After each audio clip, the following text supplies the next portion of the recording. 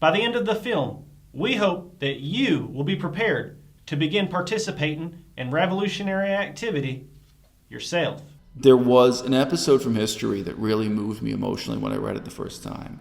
And it came from one of the smaller islands off the south coast of Korea. Refugees who were running away from the horror of what communism was in what became North Korea. When they got there were completely idealistic, completely naive university students who wanted to support communism and who wanted to have a revolution on that small island. And the refugees who were there and who had endured, they had seen the horror of the gulag. They had seen the reality of what communist revolution created in North Korea, and they probably also knew about what was going on in Mao Zedong's China, in communist China further north, because it's just not that far away. They knew how terrible communism in practice really was. And those people, those refugees on that island, with no guidance from the government, with no army support, they rose up and fought on the streets, and they killed people. They said no, they were willing to fight to the death against these communists to prevent this from happening again in South Korea, to prevent this from happening on that island. And you can imagine the misperception of the two sides, because those communists on those islands, they weren't like secret agents working for the North. They weren't really cynical, clued up people. They probably were just idealistic students who heard this same kind of bullshit that you're hearing now on YouTube, promising them a better world and saying the system is broken with these vague promises of liberation and negation of everything that's wrong with the capitalist system. But that's the thing about democracy. Democracy is ultimately not just a popularity contest. There are people in the population who know, and there are people in the population who do not know what they're talking about. And that's one of the inequalities democracy has had to struggle to cope with since Aristotle in ancient Athens. Hey, since the democracy in ancient Athens voted to have Socrates put to death. Those people in South Korea, they weren't just a division between left and right, between idealistic university students and refugees. Ultimately, there was a distinction there between people who know and people who do not know. Revolution is serious business, and it requires serious study and consideration. But after you have familiarized yourself with the concepts which we are about to present, we trust that you will be well on your way to waging revolution against the tyranny of capitalist oppression which grips us all. There are those who say that the best way to do away with capitalism is gradually, over time, through reform. By voting for anti-capitalist candidates and working through the legislative process, communists can slowly but surely implement laws and regulations that weaken capitalism and strengthen the working class. At least in theory. Reformists are skeptical that revolution is even achievable at all in the real world, and they see revolution as an unrealistic and unachievable fantasy. Reform is also not enough.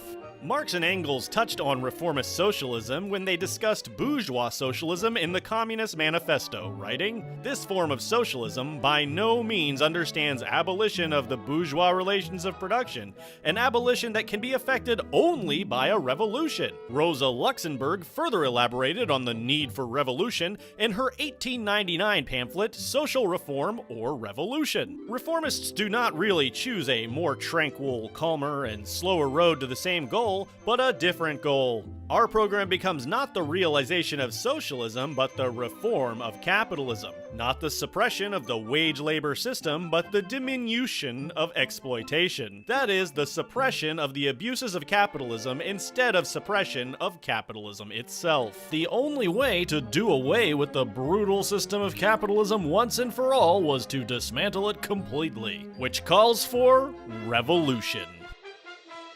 What is revolution? Revolution is, quite simply, the replacement of one system with another system entirely. I think it's tremendously important to clarify this point. Revolutions change who rules. They don't change what is being ruled.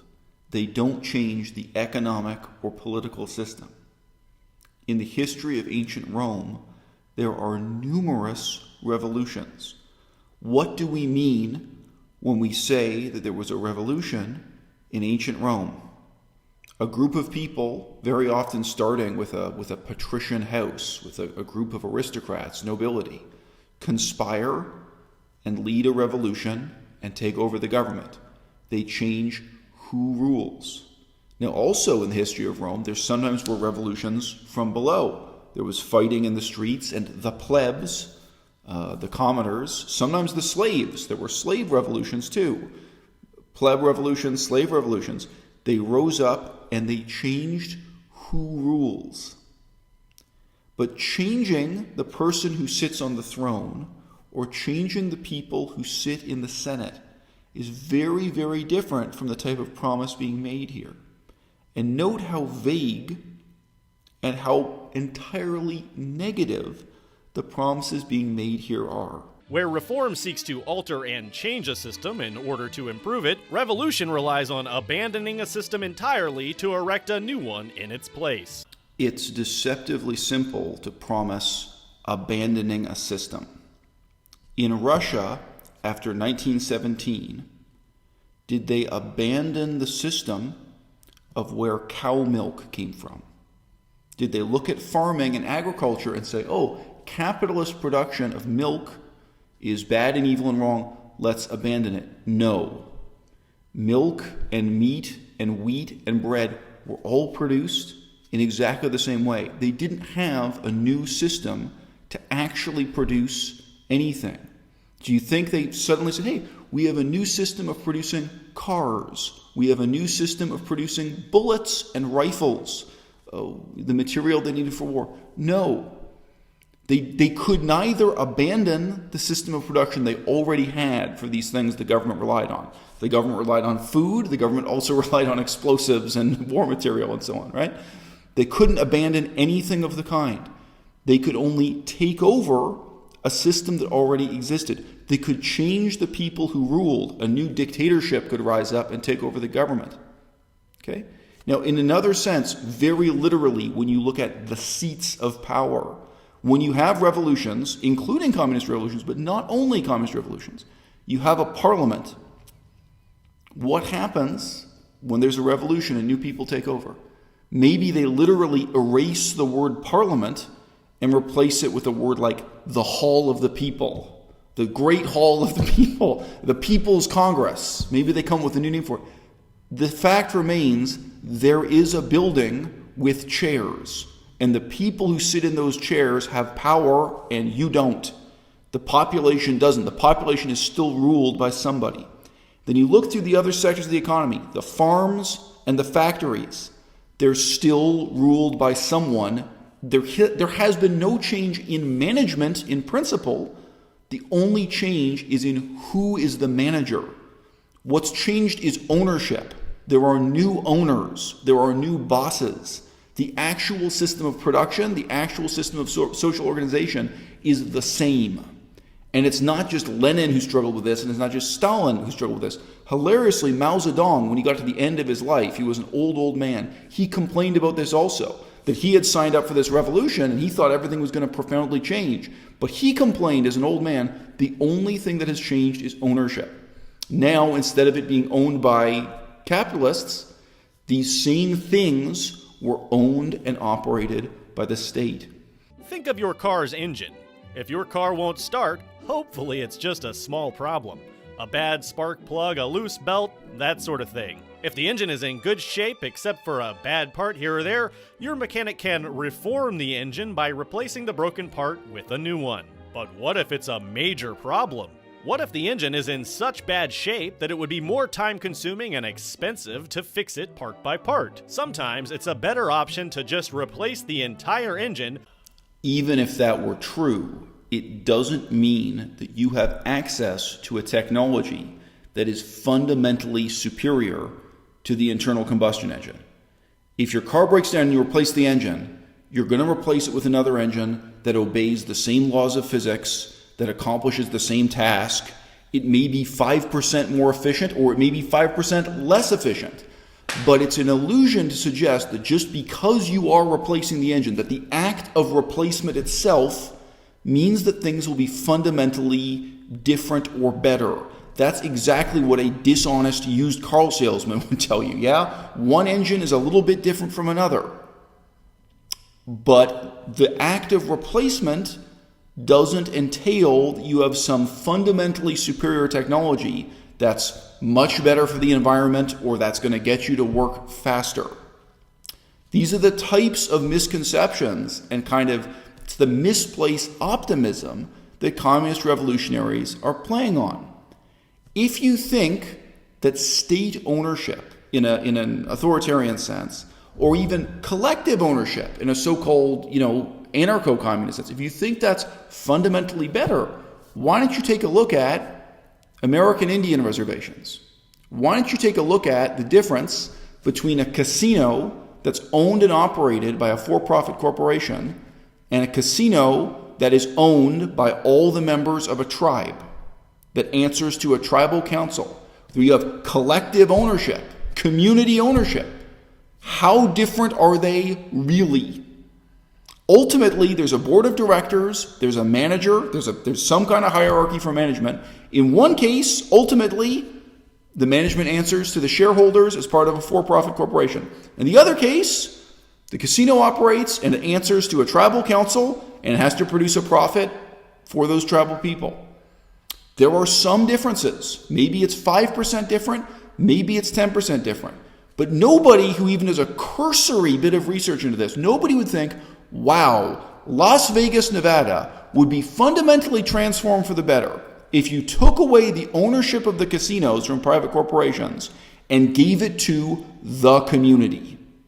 That's already been tried. That's already a reality in the real world here and now. You see it on Indian reservations, and in practice, it resembles corporate ownership 95%. An automobile or a cellular phone is a good bit less complex than human society. However, these examples do demonstrate that reforming a system is only a viable long-term solution when the system itself is adequately designed. A system can only be reformed if it is worthy of reform. You should notice that the argument here is being made entirely in terms of claims about how bad the system is that's to be replaced, and not the quality of the system that would replace it. The claims are just being made that the car engine is broken. There seems to be no onus on them to prove that they have a technology that is fundamentally superior to the car engine. If a system is inherently unfair, if power is distributed unevenly, if reformist potential is severely curtailed, then revolution becomes the only viable long-term solution. Whether we're talking about the management of a factory, the management of a coal mine, or the management of the House of Parliament, the Senate, the elite level of decision-making in the government itself, really ask yourself, what will change when new people take over through a revolution? What is going to change at the coal mine? What will change is who is in charge, not how they manage, not even the motivations for why they will make the decisions they make.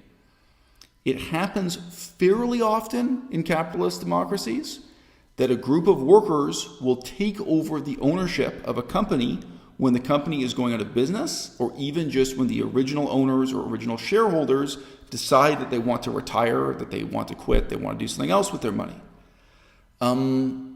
When that happens, so let's say stereotypically there's a factory that's going to go out of business, and the owners say, okay, look, we're contractually obliged to pay out to all of the employees several $1 million in some kind of severance or settlement now as part of the act of going to business. And then some party steps in, some outside party steps in and says, wait. If all the workers agree, we can take this settlement money, we can take these severance packages, and we can invest it back into the company. And in effect, there can be a kind of hostile takeover where the employees take over ownership of the company and it remains open. It keeps functioning under new management. But nothing really changes. When workers do this, it's obviously because they want to keep doing their jobs rather than taking the payout. And by the way, there will never be enough money just from the severance itself for that to happen. Some other quote-unquote angel investor will come in. The investment might stereotypically come from, some retirement savings plan. There's some pension plan that decides, okay, they can put some tens of millions of dollars into keeping this factory open, partly on a for-profit basis and partly on a charitable basis, whatever. And the workers invest this money, and there's still an office, there's still a manager, there's still a boss, and that boss is still motivated by maximizing profit. They're still trying to make money. They still fire people for being incompetent.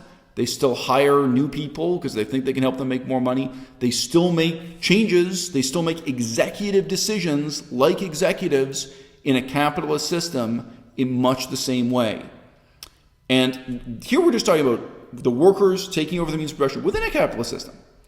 The tragedy of the so-called utopian experiments in communism all over the world, whether it was on the scale of a small plot farm or on a huge scale, factories, mines, a whole society, the tragedy is that this same pattern plays out again and again and again. You have new people sitting in parliament, you have new people sitting in the manager's office, but fundamentally, nothing much changes.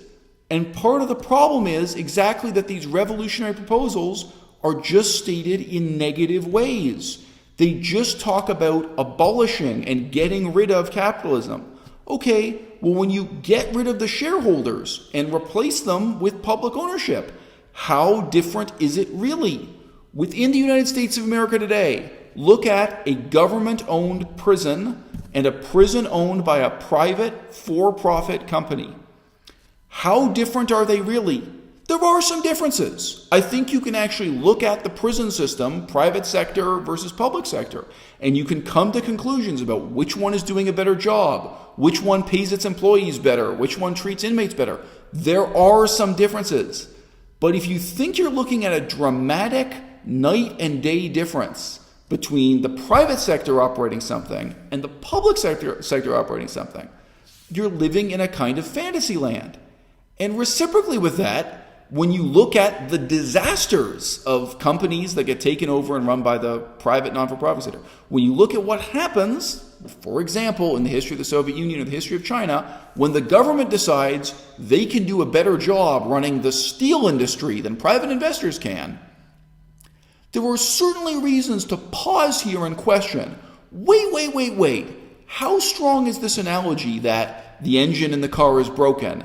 And even if the engine in the car is broken, shouldn't we face up to the fact that we're really just going to replace it with another engine of the same kind? Shouldn't we be cognizant that finding a fault in the engine is something very different from a blueprint for a fundamentally new way to generate electricity or generate motion within the hood of that car? Capitalism is an inherently and irredeemably flawed system, as we can see from the incredible wealth disparity that exists in capitalist states around the world. This argument is just an appeal to jealousy. Wealth inequality is not the same as injustice. The fact that someone is more beautiful than you, someone like Maddie Limburner, who we've just seen on screen, you may never be as beautiful as her, you may never be as fit as her, you may never be as wealthy as her, you may never have a kitchen that looks that nice or that opulent in your life.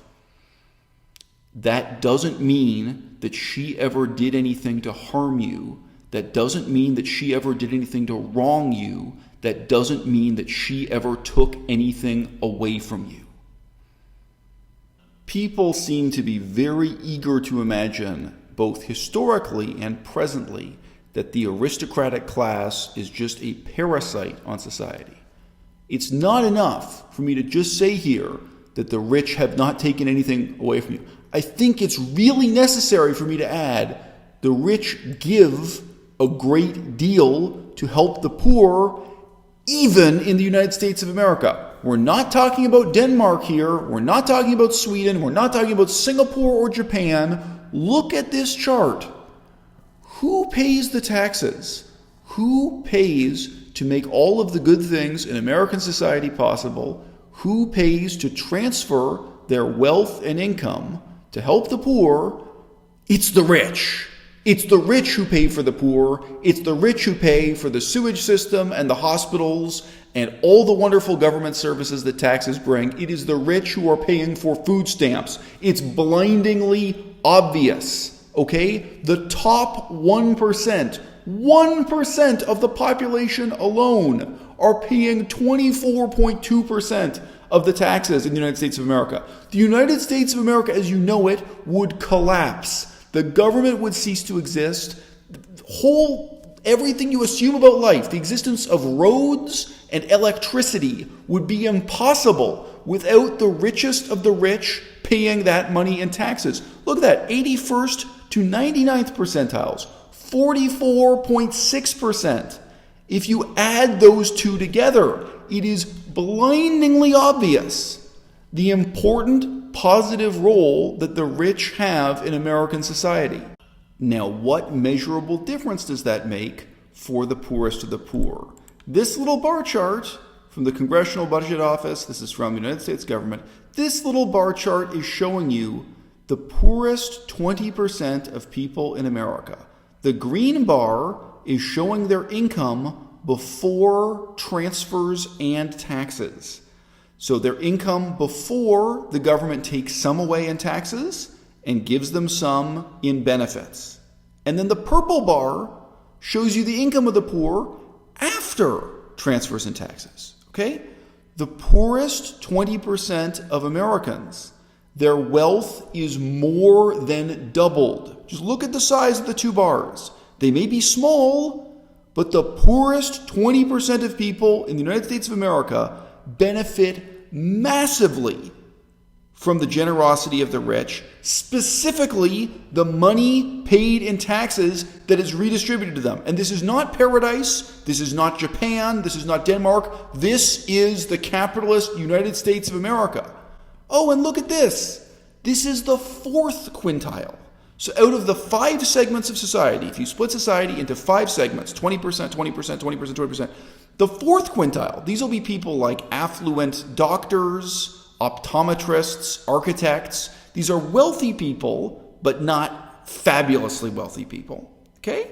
The fourth quintile, look at that. The bars are almost exactly the same. When you look at how much money they pay in taxes and the benefits they get from the government, it's only a tiny, tiny difference. They're giving up just a little bit of money. So who's paying? Who's paying to more than double the welfare of the poorest of the poor? There it is. It's the top 1% and it's the highest quintile.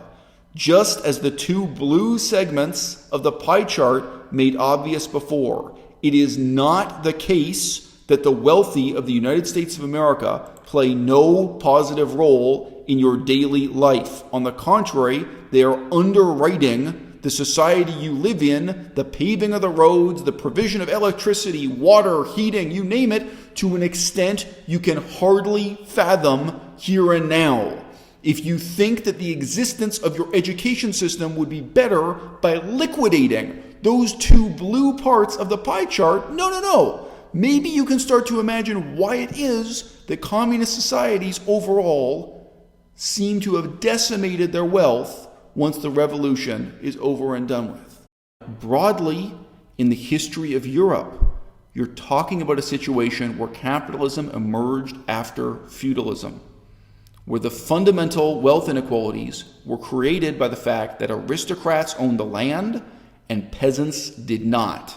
Simplifying history a little bit, let's not get into details. If you come from Canada or the United States or Australia, it's more extreme because it's a history of slavery and genocide and colonial appropriation of land, very rapidly kicking all the people off the land. And the people who ended up owning the land, they formed the wealthy class. They formed the ruling class. That's a problem. And there's a way to solve it that hasn't changed since Aristotle. If ownership of land is unequal and unfair, you can redistribute the ownership of land. If access to education is unfair, you can, in effect, redistribute access to education. If access to medical care is unfair, you can redistribute access to medical care. All of these things can be changed. But that's not the argument he's making here. The argument he's making here is that wealth inequality, the fact that some people are richer than you, is itself an injustice so deep, it's eliciting your sense of jealousy, that somehow the existence of that wealth out of your reach is a crime against you. It somehow harms you, and therefore you have to rise up in revolution and destroy the whole system. I think that is fundamentally evil, as well as being misleading and false, because this revolution is not promising to take that money away from the rich people and give it to you. The only thing the communists are offering, and the only thing even the socialists are offering, is to take that money away from the rich and for it to be kept by the state. The people who are a little bit more anarchist in flavor, the anarcho-communists, they will tell you that the wealth will be owned by the community or by everyone. I used to live in Canada. There was a community swimming pool. Who do you think owned it? It was owned by the state. It was owned and operated by the state, and powerful people in government, not me, decided when it would open and when it would close, and who could go inside and who couldn't, and how much money I'd have to pay to go inside. I was in absolutely no sense an owner of that swimming pool. Even though it was owned by everyone, it was owned by the community, it was owned and operated by the state. If you just pause and think, that swimming pool, public swimming pool, how different is it really from a private for-profit attraction like Disneyland? I'll tell you how it's different. If something is unpopular at Disneyland, they have to respond. They have to change it really quickly. If Disneyland opens a new exhibit, a new ride, a new attraction, and it's unpopular, they respond very, very quickly to public perception, public interest. They respond to their shareholders too, yes, and new management will be assigned, and people will get fired and reshuffled, and new executives will take over, and there will be a new attraction put up as quick as can possibly be. And when something works poorly in the public sector, if you don't have a very transparent democracy, if you don't have a system that really allows members of the public to come in and complain and say, no, this swimming pool is being badly run, or it's corrupt, or there's something wrong with this, it's very, very hard to get any change. Why did Sega go out of business? I mean, any of these companies you see, it happens around us all the time. It's part of the norm in capitalism to such an extent that you can learn to ignore it.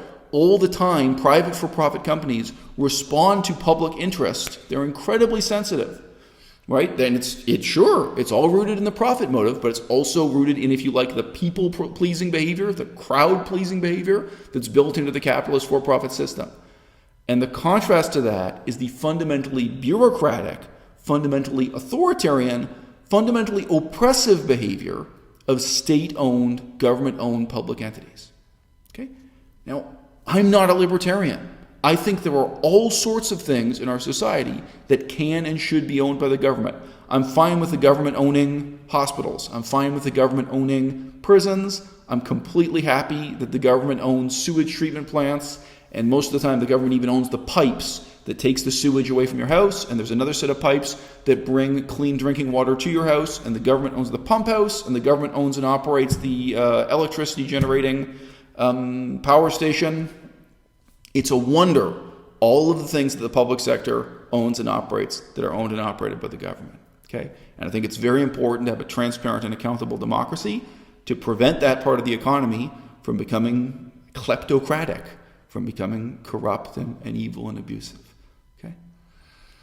But the discourse we're being presented with here is fundamentally appealing to your jealous instincts. It's telling you that it doesn't matter how well the system runs. It doesn't matter how well the whole government system runs in Switzerland, Sweden, Denmark, Japan. Doesn't matter. Because as long as there's somebody better off than you, as long as there's somebody prettier than you, as long as there's somebody wealthier than you, if you feel jealousy, you'll feel that somehow what they have was taken away from you. And you now want to use the revolution and the power of the state to take it back. But the sad thing is about the communists, they'll never take it back. They'll never give it back to you. They'll take it, and then they'll keep it for themselves. It'll become government property. It'll become the property of a totalitarian, dictatorial, communist state. And the promises of the anarcho-capitalists, they're only as different from that as what you see with tribal self-government on an Indian reservation, where basically a corporation with a manager and a board of trustees operates a casino in the name of the community, in the name of the people. But it functions much the same way as any other private for-profit entity. The only way to completely topple this unjust and self-preserving system is through revolution. But how do we have a revolution in a capitalist state where the government has nearly limitless power? How can a small group of revolutionaries ever hope to challenge the globe-spanning empires of exploitation which exist under capitalism? It does seem daunting. The issue of plausibility matters in another peculiar sense. I said to someone the other day, look, these revolutions you guys are caught up on, you must recognize that far less than 1% of the population of the United States would support a Nazi revolution, Nazis coming to power and taking over the government of the United States. Far less than 1%. Okay? And not just that, a huge percentage of the population would be very strongly opposed to this. Okay? By the same token, it's not just the problem that less than 1% of people would support this kind of communist takeover of the government, but the well-informed opposition to it, millions and millions of people, the number of people who would say, no, I'm not just opposed to that on the level of voting against it in a referendum, but if there were an attempt to take over the government, if there were a coup d'etat by communists, that they know what that means, they know what the consequences would be, and that they would rise up and they would fight against it to preserve democracy, preserve freedom of speech, however it is you want to think of what it is they want to preserve in this society. They would be willing to stand up and die fighting against that communist dictatorship. And communists watching this video, if that's hard for you to imagine, think about how you would feel if there were the threat of fascists, of Nazis taking over the government. You would say the same thing. You'd say, you don't just want to sit there, or you don't just want to vote in a referendum. You're suddenly galvanized to such an extent that you're willing to fight against a coup d'etat. You're willing to fight to restore democracy and to restore freedom of speech and all these other things, because you know how terrible the consequences are of allowing a fascist dictatorship to take over the government. Well, those of us who study the history of communism, we know also just how terrible the consequences are if we allow a communist dictatorship, a dictatorship of the proletariat, to take over the government. We know how valuable it is to preserve our democracy, however flawed. We know how important it is to preserve democracy in principle, even in a flawed system. There was an episode from history that really moved me emotionally when I read it the first time. And it came from one of the smaller islands off the south coast of Korea. So there's North Korea, South Korea, and then there were islands south of Korea. And a group of refugees had arrived on this island. This is kind of during the Civil War period. Refugees who were running away from the horror of what communism was in what became North Korea. And they arrived on this island, and when they got there were completely idealistic, completely naive university students who wanted to support communism and who wanted to have a revolution on that small island. And the refugees who were there and who had endured, they had seen the horror of the gulag. They had seen the reality of what communist revolution created in North Korea, and they probably also knew about what was going on in Mao Zedong's China, in communist China further north, because it's just not that far away. They knew how terrible communism in practice really was. And those people, those refugees on that island, with no guidance from the government, with no army support, they rose up and fought on the streets, and they killed people. They said no, they were willing to fight to the death against these communists to prevent this from happening again in South Korea, to prevent this from happening on that island. And you can imagine the misperception of the two sides, because those communists on those islands, they weren't like secret agents working for the North. They weren't really cynical, clued up people.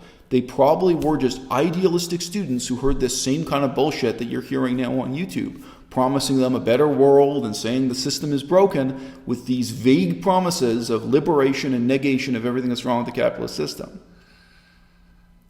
But that's the thing about democracy. Democracy is ultimately not just a popularity contest. It deals with hard choices between things that are factually correct and factually incorrect, decisions that are right and wrong. Ultimately, democracies have to set up sewage systems that will prevent human beings from having cholera. That involves technical, scientific facts, not just a show of hands for what 51% of people want to do with the budget to cope with the sewage system. Hard, terrible facts. And that creates both rational and irrational inequality. Because when it comes to making decisions about how the sewage system should operate, how the education system should operate, how the healthcare system should operate, there are people in the population who know, and there are people in the population who do not know what they're talking about. And that's one of the inequalities democracy has had to struggle to cope with since Aristotle in ancient Athens. Hey, since the democracy in ancient Athens voted to have Socrates put to death. Those people in South Korea, they weren't just a division between left and right, between idealistic university students and refugees. Ultimately, there was a distinction there between people who know and people who do not know.